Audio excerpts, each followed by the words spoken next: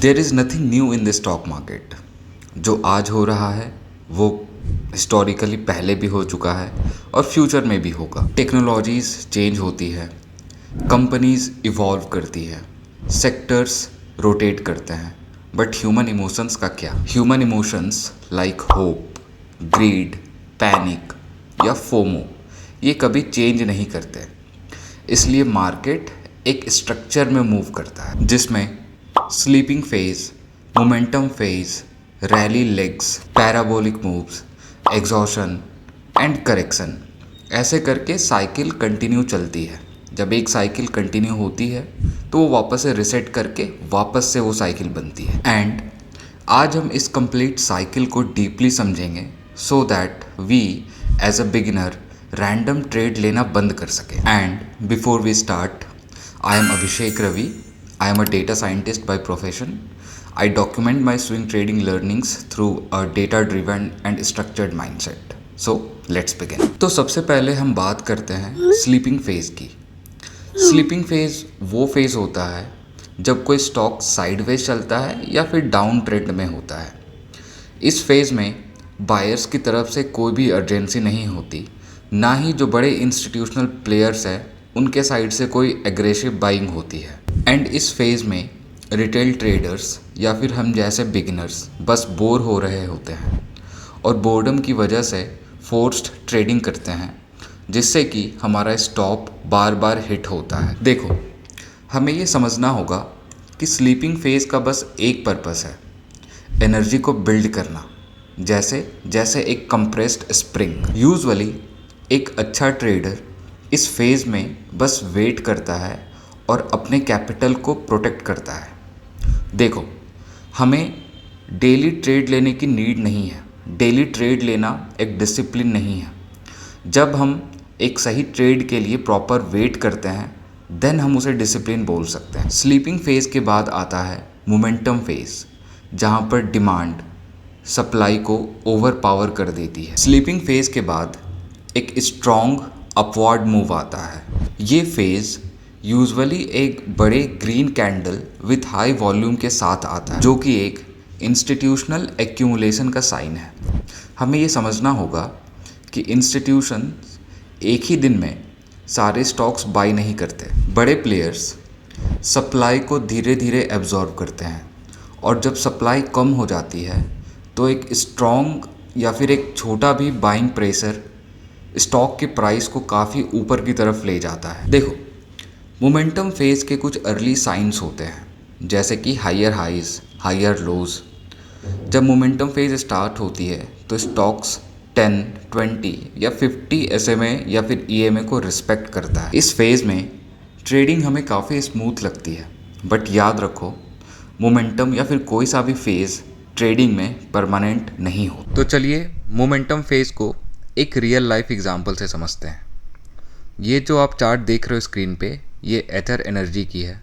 And चलिए इस पे थोड़ी डीप डाइव करते हैं। नोटिस करोगे तो ये जो स्टॉक था वो साइडवेज चल रहा है, this one, right. And suddenly क्या होता है? सडनली ये होता है कि एक दिन एक बड़ा ग्रीन कैंडल आता है, जिस दिन से हमारी मूव स्टार्ट होती है, right. We can say that कि ये जो मूव है वो यहाँ से स्टार्ट हुई है और इसने अराउंड 117% का मूव दिया है। बट यहाँ पे नोटिस करो, यहाँ पे कुछ इम्पॉर्टेंट चीज़ें हो रही है जो शायद हम मिस कर देते हैं। अगर मैं इसे थोड़ा पीछे कर दूँ और अगर मैं इसे थोड़ा ऊपर करूँ तो ये तो पहली चीज़ क्लियर है कि जिस दिन से मूव स्टार्ट हुई उस दिन एक रीसेंट बिग ग्रीन कैंडल था compare to last previous days. आप यहाँ पे देखोगे इसने 14% का जंप दिया, जो कि बहुत ज़्यादा है। यूजुअली ये रिलेटिवली कम होता है, बट ये रीसेंट कुछ दिनों से इस दिन वॉल्यूम भी चेक करोगे तो वो रिसेंट कुछ दिनों से ज़्यादा थी। वॉल्यूम आप यहाँ पे चेक कर सकते हो।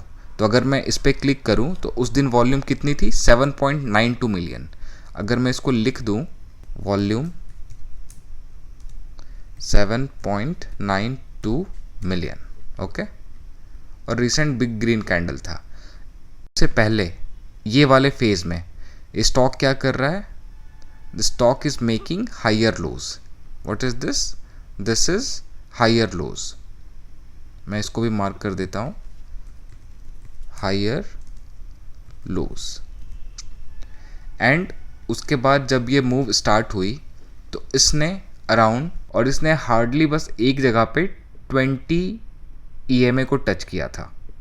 सो this is a real life example of momentum phase. हमें ये समझना होगा कि मोमेंटम या अप ट्रेंड एक स्ट्रेट लाइन में नहीं चलती, वो वेव्स में चलती है। हर स्ट्रॉन्ग अपवर्ड पुश को हम रैली लेग बोलते हैं एंड ब्रेकआउट से फर्स्ट पुल बैक तक हम उसे रैली लेग 1 बोलते हैं, जिसमें कि फ्रेश एनर्जी होती है। सेकंड पुश को हम सेकंड रैली लेग बोलेंगे एंड थर्ड पुश को हम थर्ड रैली लेग बोलेंगे। एंड थर्ड रैली आते आते स्टॉक की प्राइस में थोड़ी मैच्योरिटी आने लगती है। देखो, फोर्थ रैली ऑनवर्ड्स स्टॉक की प्राइस एक डेंजर जोन में जाने लगती है। अगर आपने मार्क मिनरविनी की book trade like a stock market wizard को पढ़ा है तो उसमें उन्होंने बताया है कि जो बेस्ट रिटर्न्स आते हैं वो इनिशियल 3 रैलीज़ में आती है एंड उसके बाद स्टॉक के करेक्शन के चांसेस बढ़ जाते हैं और इस फेज़ में हमारे स्टॉप्स हिट हो सकते हैं। गाइस, चलो अब रैली लेग्स को एक रियल लाइफ एग्जांपल से समझते हैं। जैसा कि आप मेरे स्क्रीन पे देख पा रहे हो, ये चार्ट क्यूपिड लिमिटेड की है एंड इनिशियली अगर आप चेक करोगे तो ये जो चार्ट थी वो डाउन ट्रेंड में थी, यहाँ से लेके यहाँ तक, है ना। उसके बाद कुछ इंटरेस्टिंग चीज़ें होती है। अगर आप गौर करो, मूव काइंड ऑफ यहाँ से यहाँ दिया, राइट, अराउंड 89% का, है ना। और अगर आप नोटिस करोगे तो जिस दिन से मूव स्टार्ट हुई ये वाले ग्रीन कैंडल से, है ना, मैं इसको हाईलाइट कर देता हूँ, दिस वन, ये वाले ग्रीन कैंडल से, तो वहाँ पे क्या हो रहा है आप देखोगे कि एक रीसेंट बिग ग्रीन कैंडल है। मैं इसको मार्क भी कर देता हूँ। आप प्रीवियस कुछ दिनों से कंपेयर कर सकते हो। इस दिन जो ग्रीन कैंडल थी वो थोड़ी बड़ी थी, है ना, और इस दिन वॉल्यूम भी ज़्यादा था, 5 मिलियन की वॉल्यूम आई। मैं इसे भी हाईलाइट कर देता हूँ, वॉल्यूम ऑफ 40.5 मिलियन, है ना। इसके बाद क्या हुआ, इसके बाद इस स्टॉक ने समवेयर अराउंड 86% की मूव दी। तो ये तो था मेरा फर्स्ट रैली लेग, इसको मैं मार्क कर देता हूँ, this is my first rally leg, है ना। नाउ उसके बाद क्या होता है, रैली लेग्स देने के बाद स्टॉक करेक्शन करता है, जो कि इसने यहाँ पे किया अराउंड 21%, बट ये साइडवेज चला है। अगर मैं इसे मार्क करूं तो पहला रैली देने के बाद ये जो स्टॉक था ये इस जोन में घूमा है, somewhere around this zone, right. और इस जोन में घूमने के बाद अगेन क्या होता है, अगेन इसने एक चीज़ मैं यहाँ पे बताना भूल गया कि इस दिन रिसेंट भी green candle I with high volume and अगर आप नोटिस करोगे तो यहाँ पे ये हायर लोज भी बना रहा है, दिस वन, है ना, ये वाला, ये देखो आप, एक ये हायर लोज बना रहा है।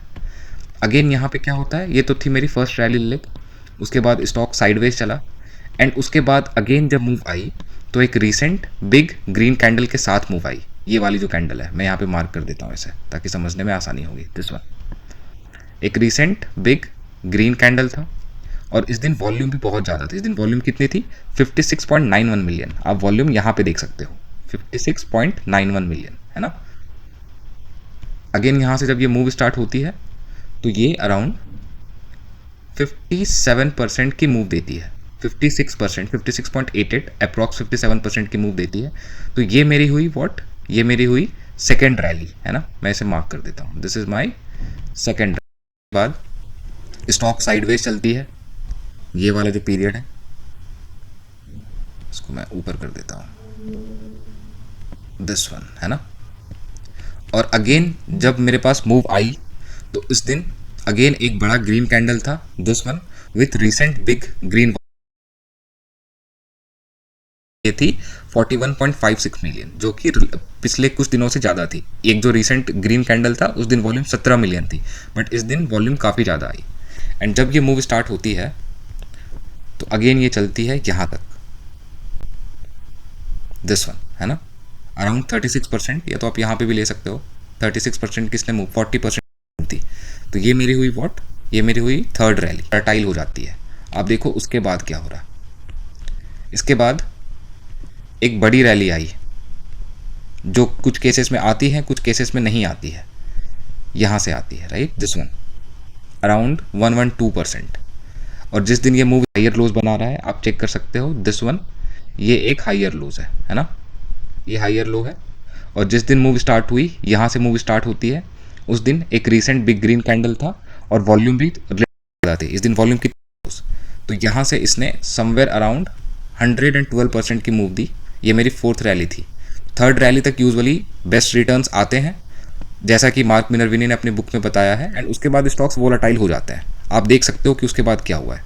उसके बाद स्टॉक करेक्ट हुआ है एंड काइंड ऑफ 100 दिनों तक ये साइडवेज चला है। So this is all about rally legs. So अभी तक हमने समझा कि स्टॉक्स पहले सोते हैं, फिर स्टॉक्स की प्राइस में मोमेंटम आता है एंड प्राइस ऊपर की तरफ भागता है। एंड जब भी स्टॉक्स ऊपर की तरफ जाता है तो वो स्ट्रेट लाइन में नहीं जाता, बल्कि वो रैली लेग्स में जाता है। एंड सबसे बेटर रिस्क टू रिवॉर्ड हमें इनिशियल 3 रैलीज़ में मिलती है, एंड उसके बाद प्राइस की वॉलेटिलिटी या स्टॉक की वॉलेटिलिटी बढ़ जाती है, जिससे कि हमारे स्टॉप लॉस हिट होने के चांसेस बढ़ जाते हैं। एंड अब क्वेश्चन ये है कि आगे क्या होता है।